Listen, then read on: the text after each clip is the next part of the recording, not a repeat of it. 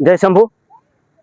आपण अंचल बिल बण पाचिरी बाड़ीघर निश्चित ये घास गछ देखि आपण भी अनावश्यक गछ भावी अनावश्यक घास भावी या केयर करनथे ओपाड़ी फोपाड़ी देते किंतु यही घास भली ऊपर को देखा जाउथिबा मूले रही अद्भुत शक्ति। आयुर्वेदर हजार हजार वर्ष पूर्वर यार उपकार गुण वर्णना कर दि जाइए। तेबे आज घास को ए घास गछ को चिन्ह रखु यार उपकार कौन या कौ क्षेत्र में किपरि व्यवहार करा जाए आसतु जानीदबा ये मूल्यवान तथ्य। घासर वैज्ञानिक नाम हूँ साइपरस रोटांडस आयुर्वेद या मुस्ता मुस्तक घन इत्यादि नाम जनाशुना। विशेषकर पेट संबंधी रोग हजम प्रक्रिया असुविधा झाड़ा यही क्षेत्र में घास को व्यवहार करा जाए। महर्षि चरक यही घास को साधारण घास कही ना से भली आयुर्वेदिक शास्त्र भाव प्रकाश निघुंटुरे यह वर्णना करा जाइछि।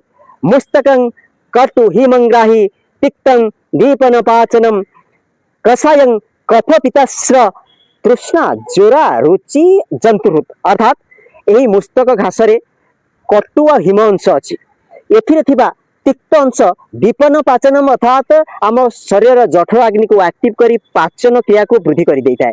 एथिरे कषाय गुण कफ पित्त को बैलेंस करे सहित तृष्णा ज्वर अरुचि दोष को यही मुस्ता घासर मूल ठीक करदेबार सहयोग होता है। तेरे सबुठ बड़ कथा यही मुथा मूल को किपरि व्यवहार करवा।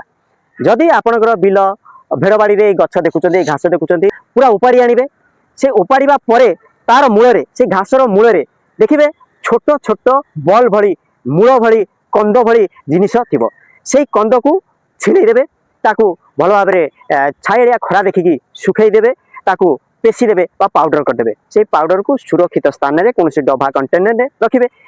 जो समय आपणकर पेटर समस्या देखागला अजीर्ण दोष बाहरला किंबा अतिसार बा झाड़ा पतला झाड़ा है उषुम पानी रे गोटे चामच यही मुथा मूल पाउडर को पकेबे पीबे या खाद्य भाव नुहे औषध भाव व्यवहार करेंगे।